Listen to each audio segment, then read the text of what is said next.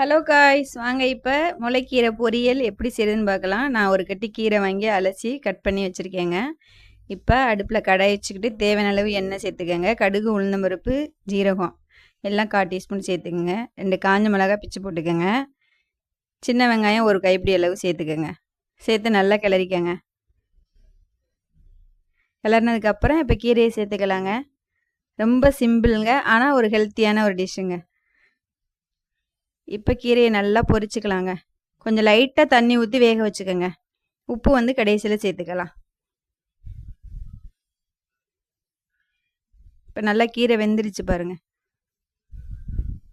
இந்த கீரை கூட்டு நான் ஏற்கனவே ஒரு வீடியோ போட்டிருக்கேங்க. இப்போ உப்பு சேர்த்துக்கலாம்.